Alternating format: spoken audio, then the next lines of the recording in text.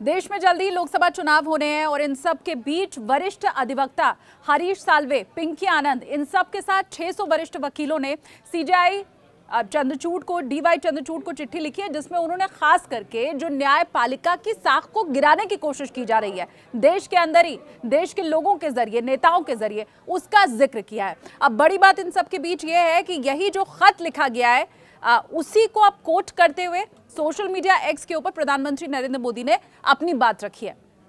600 वकीलों की क्या चिंताएं थी, न्यायपालिका की साख को कैसे गिराया जा रहा है और कैसे इसके ऊपर एक्शन लेने की मांग की जा रही है, वो सब तो आपको आगे बताएंगे। लेकिन प्रधानमंत्री नरेंद्र मोदी ने खासकर इसे कोट करते हुए जो बात कही है, पहले वो आप समझिए और फिर उसके बाद उसके मायने भी आपको बताऊंगी कि किस तरह से जो इशारों में बात कही गई थी तमाम वकीलों की तरफ से चिट्ठी में, उसको अब खोलकर प्रधानमंत्री नरेंद्र मोदी ने रख दिया है।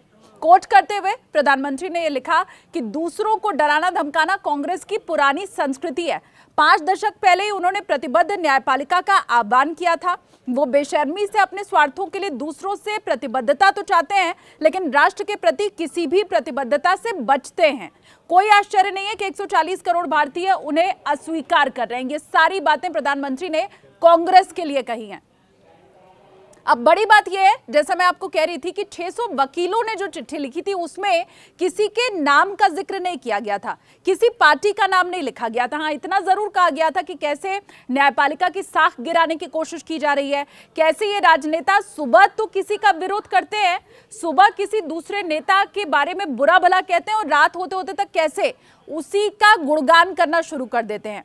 न्यायपालिका अगर पक्ष में फैसला नहीं सुनाती है तो कैसे उसको बदनाम करने की कोशिश की जाती है। 2 बातों का खासकर जो जिक्र किया गया था, पहला राजनेताओं का दौरा चरित्र, वो जो लेटर था 600 वकीलों का, उसमें राजनेताओं के दौरे चरित्र का जिक्र किया गया था और कैसे जो न्यायपालिका में काम करने वाले लोग हैं, वो चाहे जज हैं, वकील हैं, उनके बारे में झूठी बातें फैलाने का जिक्र किया गया था इस लेटर में। लेकिन किसी पार्टी का, किसी राजनेता का जिक्र नहीं किया गया था। प्रधानमंत्री नरेंद्र मोदी ने इसी लेटर को जब कोट करते हुए लिखा तो साफ साफ कांग्रेस का नाम उन्होंने ले लिया।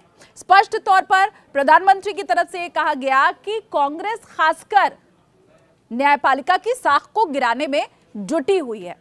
तो वो बात जो तमाम वकील, देश के बड़े अधिवक्ता, 600 वकील कहने की कोशिश इशारों में कर रहे थे, उसे खोलकर प्रधानमंत्री नरेंद्र मोदी ने रख दिया और यह भी कह दिया कि जनता इस बात को समझती है और इसीलिए जनता नकार रही है। कांग्रेस को जो नकारा जा रहा है देश में, उसके पीछे एक बहुत बड़ा कारण यह भी है। आज जो लेटर लिखा गया था वकीलों की तरफ से, उसमें उन्होंने इस बात का जिक्र किया था कि जब चुनावों का वक्त आता है तो ये लोग ज्यादा सक्रिय हो जाते हैं। 2019 में भी ऐसे ही हमने देखा था। अब 2024 का चुनाव नजदीक है, एक बार फिर से वही चरित्र दोहराया जा रहा है और प्रधानमंत्री नरेंद्र मोदी ने यह लिखा कि जनता इस बात को समझती है, इसीलिए कांग्रेस को नकारा जा रहा है। तो वो बात जो ये वकील कहने की कोशिश कर रहे थे, और शायद जब आपने सुनी होगी वकीलों की बात तो आपने ये सोचा होगा कि ये किसका जिक्र कर रहे हैं। अच्छा, ये सारी बातें इस वक्त जो सामने आई हैं, चाहे वकीलों का लेटर हो या प्रधानमंत्री का कोट करके इसे लिखना, ये ऐसे वक्त में जब इस समय देश की अदालतों में सारे हाई प्रोफाइल मामले चल रहे हैं, जितने बड़े मामले हैं, बड़े राजनेता हैं, उनसे जुड़े हुए मामले चल रहे हैं, उनके भ्रष्टाचार से जुड़े हुए मामले चल रहे हैं। तो ये वो वक्त है जब जो वकील हैं वो ये कहने की कोशिश कर रहे हैं कि या तो इन नेताओं के पक्ष में फैसला दे दो, नहीं तो अपने स्वार्थ के निहित होकर ये बदनाम करने की कोशिश न्यायपालिका को भी करते हैं और पर्सनल कटाक्ष किया जाता है जज के, वकीलों के खिलाफ। तो प्रधानमंत्री नरेंद्र मोदी ने स्पष्ट तौर पर कांग्रेस का जिक्र करके, उसका नाम लेकर यह बता दिया कि इसके पीछे असल हाथ किसका है। वकीलों की चिट्ठी और प्रधानमंत्री नरेंद्र मोदी का ये जो वक्तव्य है, ये बातें जो उनकी तरफ से कही गई हैं सोशल मीडिया एक्स के ऊपर, आप क्या सोचते हैं? क्या वाकई कांग्रेस का इसमें हाथ है? राय आपकी क्या है? कमेंट सेक्शन में बताइए।